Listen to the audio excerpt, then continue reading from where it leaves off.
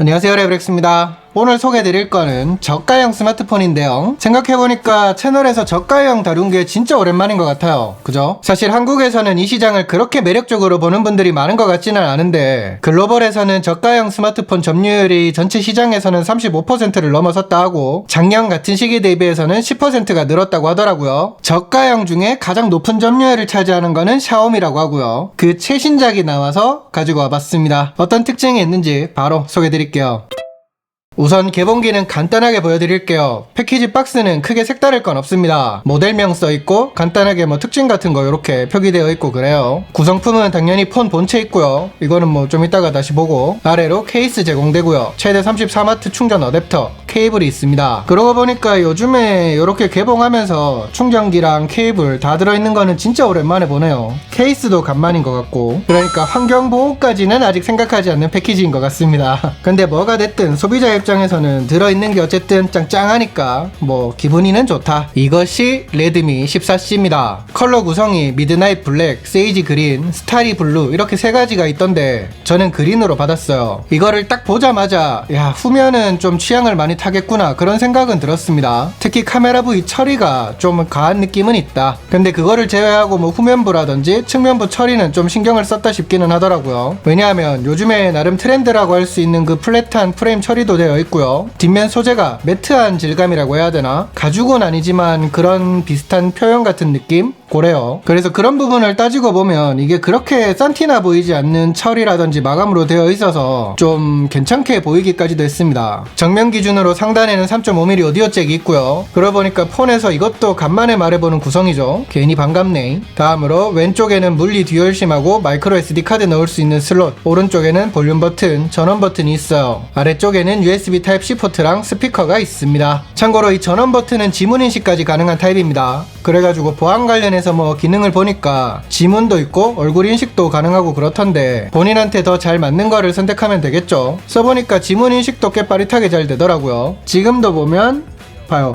요게 지금 누르자마자 인식이 돼서 홈화면으로 들어간 거예요. 원래는 잠금 화면인데 요렇게 딱 하면 바로바로. 보안 걱정하는 분들 많으니까 조금 첨언하면 레드미 14C는 샤오미 하이퍼OS로 구동이 되는데요. 하이퍼OS 특징으로 보안 강화에 대한 거는 꽤 많이 알려졌었죠. 비밀번호나 생체 정보 같은 민감한 데이터는 보안 환경 내에서 격리하는 TEOS와 같은 기능으로 관리가 된다고 합니다. 이런 것도 알아두시면 좋을 것 같아요. 디스플레이는 6.88인치로 꽤 큼지막하게 들어갔습니다. 그래서 폰으로 뭔가 시청하는 빈도가 높다 하면 이거는 괜찮은 지점이 될 것 같아요. 근데 이게 아무래도 저가형이라서 더 그런 것 같은데 베젤 두께는 좀 있는 편이긴 합니다. 근데 이것도 가격대 생각하면 엄청 두껍다 할 건 아닌 것 같기도 하고 그래요. 요즘에 워낙 이제 플래그십이 다 이거를 얇게 처리하니까 이게 좀 바로 눈에 보이긴 하더라고요. 이런 베젤이. 참고로 두께는 8.22mm고요. 무게는 200g이 조금 넘습니다. 재밌는 게 샤오미 공식 홈페이지를 보면 무게가 컬러에 따라서 차이가 있던데 블루가 가장 가볍다고 합니다. 아무튼 실제로 들어보면 이 그린도 무게감이나 그립감 같은 데서 나쁘게 체감되지는 않았어요. 이렇게 손가락 하나로 지탱하면서 써봐도 부담되거나 불편하거나 아프거나 그런 것도 없었고요. 이 레드미 14C에 대한 구체적인 스펙은 제가 설명란에 정리해 둘게요.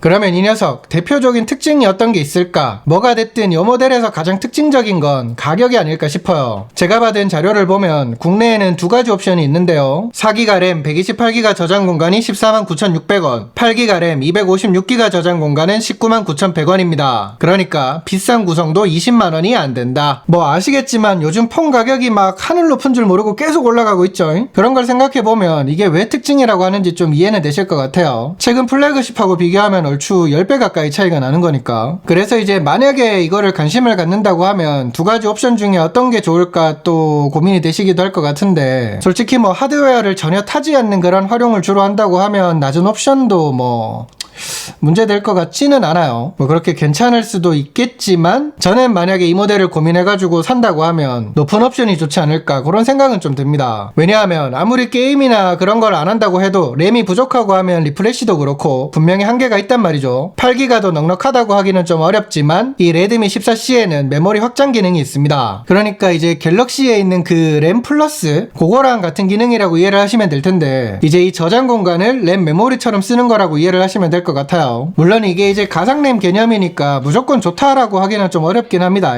그래도 리프레시 같은 데서는 그게 효과가 있다고 알려져 있거든요. 그러니까 뭐 이런 거를 활용할 수 있다는 거를 생각해보면 그래도 저장 공간이 조금 더 높은 거를 선택하는 게 좋지 않나 그런 생각은 들더라고요. 그리고 솔직히 이 가격대에 이게 가능하다고 해가지고 좀 놀라긴 했는데 최대 120Hz 주사율을 지원합니다. 테스트 해보니까 모든 환경에서 120Hz까지 구현되는 건 아닌 것 같긴 하더라고요. 일반적으로 앱을 실행하고 끌 때나 뭐 메뉴 이동 같은 데서는 부드러움이 보이니까 이거는 더 편안한 경험을 주는 요소로 꼽기에는 충분하지 않나 그렇게 보이긴 했어요. 10만원대에 이게 되니까 특히 더. 또 이게 아까도 말했지만 6.88인치 디스플레이라서 스마트폰 활용에서 큰 비중을 차지하는 부분 중에 하나죠. 콘텐츠 감상에도 나쁘지 않은 수준을 보여주더란 말이죠. 만약에 이제 일반적인 웹서핑을 하거나 그런데 이 디스플레이가 뭔가 나한테 이질적인 색온도다? 그런 게 눈에 띈다 하면 그러면 이제 예전부터 제가 샤오미 폰 소개하면서 보여드리고 했었죠. 저가형이라도 디스플레이 색온도나 채도 수준을 어느 정도 나한테 맞춰가지고 조정할 수가 있습니다. 그런 식으로 커스텀이 가능하니까 그런 것도 맞춰가면서 쓰면 괜찮지 않나. 참고로 콘텐츠 감상 이야기를 한 김에 이게 5160mAh 배터리를 탑재하고 있거든요. 스펙 기준으로 최대 22시간 동영상 재생이 가능하다고 해요. 그리고 배터리 이야기를 한 김에 이 녀석 18W 고속 충전을 지원합니다.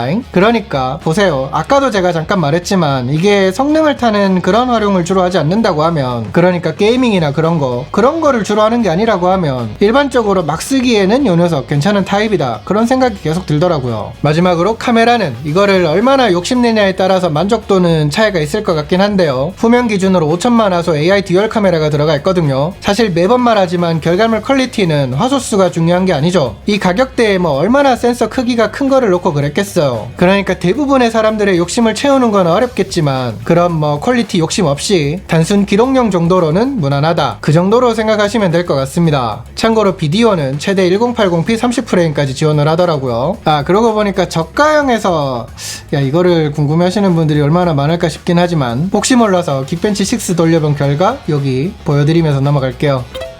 자 이렇게 샤오미 레드미 14C 새롭게 나온 저가형 모델 살펴봤습니다. 솔직히 이게 타겟은 명확하다고 생각이 됩니다. 당연히 이게 모든 분들의 욕심을 채우지는 못하겠지만 어떤 측면에서 이게 나한테 잘 맞겠다 그런 거는 보시는 분들이 더 잘 알지 않을까 그런 생각이 들어요. 그래서 뭐 이런 분들이 쓰시면 좋을 것 같다 그런 말은 굳이 안 해도 되지 않나. 근데 이제 저 개인적으로는 정말 막 쓰기 좋은 폰 뭐 서브폰 그런 측면에서 괜찮은 것 같았고요. 거기에 조금 보태면 물리 듀얼심의 마이크로 SD 카드 확장이 가능하다는 부분 같은 데서 이거 해외 출장 같은 데 갈 때 부담없이 쓰기에 괜찮겠다 그런 생각이 들었어요. 아무래도 좀 괜찮은 폰 같은 경우에는 해외에서 도둑 맞는 거를 원체 많이 봐가지고 이런 식으로 이제 내가 생각했을 때 뭔가 부담없이 쓰기에 좋은 폰이 필요하다 그럴 때 이 모델 좋은 대안이 되지 않을까. 오늘 영상은 여기까지 하겠습니다. 혹시 뭐 궁금한 게 있다 하시면 댓글 주시고요. 저는 또 빠르게 다른 영상으로 돌아오도록 하겠습니다. 감사합니다. 빠이빠이. 근데 사람이 진짜 무서운 게 뭔지 알아요? 이게 처음 해봤을 때는 정말 좀 헉했거든요. 근데 계속 보니까 또 익숙해진다잉?